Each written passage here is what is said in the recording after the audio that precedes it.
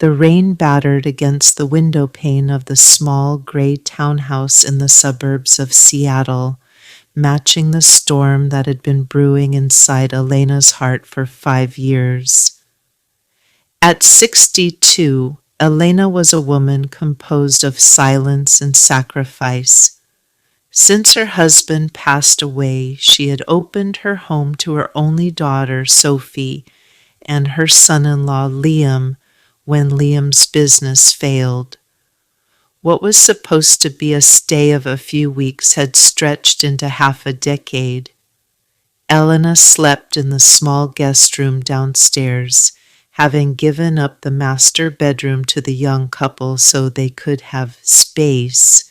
Yet she was the one who woke up at 5 every morning to prepare breakfast, pack lunches for her granddaughter Maya, and ensure the utility bills were paid from her modest pension. That Tuesday started like any other, with the smell of burnt toast and the sound of Sophie complaining about the lack of closet space.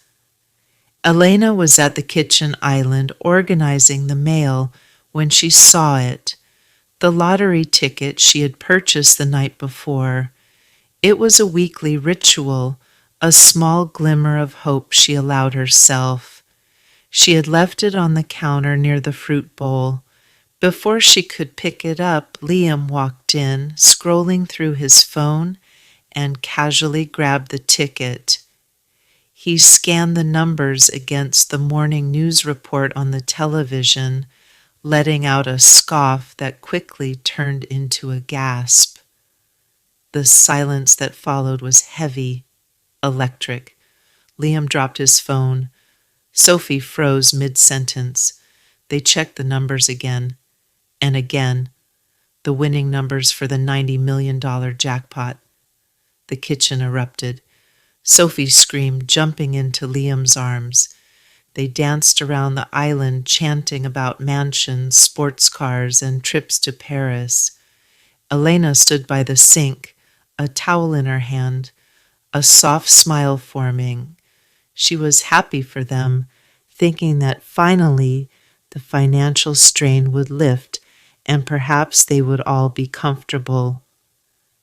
But as the celebration quieted down, the atmosphere shifted. Sophie looked at Elena not with gratitude but with a cold, calculating detachment. She whispered something to Liam, who nodded, his eyes hardening. Sophie turned to her mother and said the words that would haunt Elena forever. She told her mother that things were going to change now. She said they were moving to a luxury estate immediately and that Elena wouldn't fit into their new lifestyle. She called her mother a relic of a past life they were leaving behind. By noon, the betrayal was physical. Liam brought out black trash bags and started sweeping Elena's clothes into them. They didn't even let her pack properly. Sophie explained with a chilling calmness that they needed to cut ties to start fresh and that Elena could surely find a state-funded facility to live in. They felt she was a burden that would embarrass them in their new high society circle. Elena didn't scream. She didn't cry.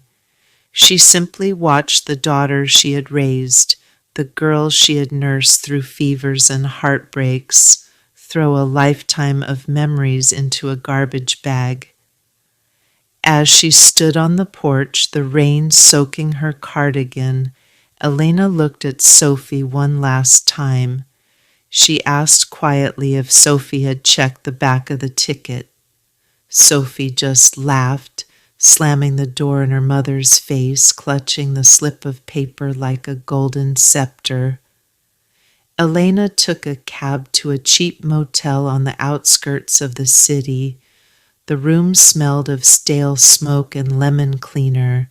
She sat on the edge of the sagging bed, listening to the thunder. For 3 days she stayed there, eating crackers and drinking tap water, watching the local news. The news reported that the winners had come forward, an anonymous couple claiming the massive jackpot. However, Elena knew something they didn't. She knew the rules of the game better than they did. On the fourth day, her phone rang. It was a representative from the State Lottery Commission. They had a question regarding the claim filed by a Mr. Liam and Mrs. Sophie Turner. They needed to speak to the person whose signature was legally inked on the back of the ticket. While Elena sat in that motel room, Sophie and Liam were already living the high life on credit.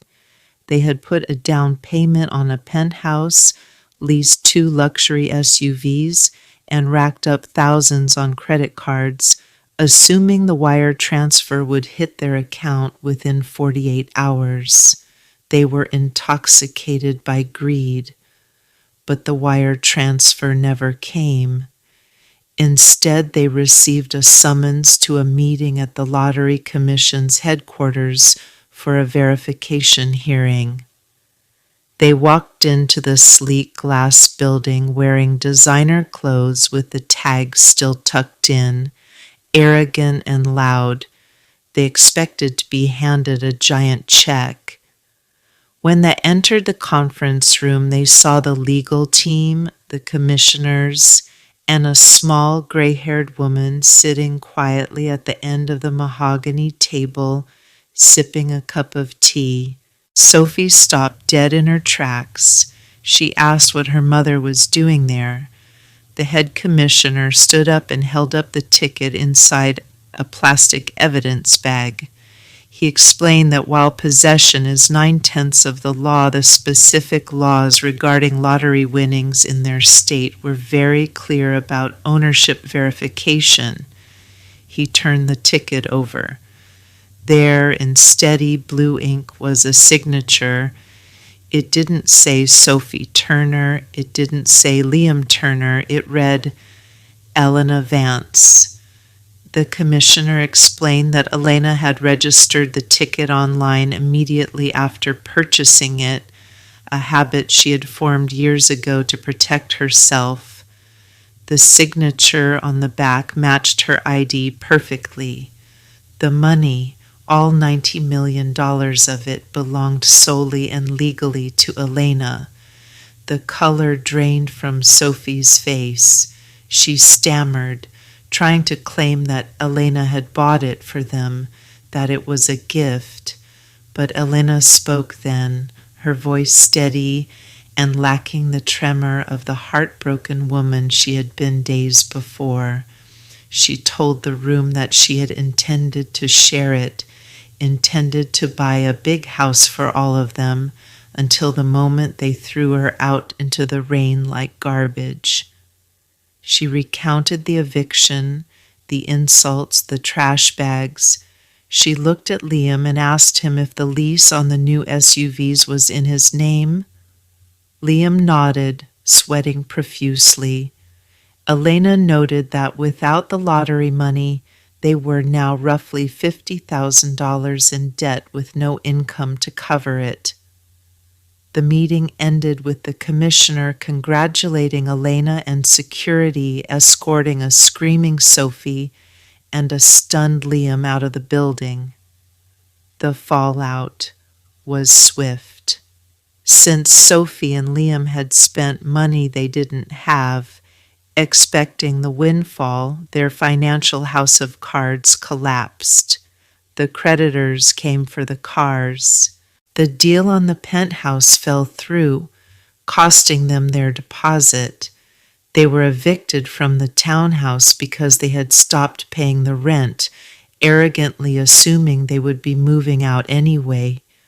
Within a month, the daughter who had tried to send her mother to a state facility was sleeping on a friend's couch, and the son-in-law was back to working double shifts at a warehouse just to pay off the credit card interest. Elena, however, did not disappear.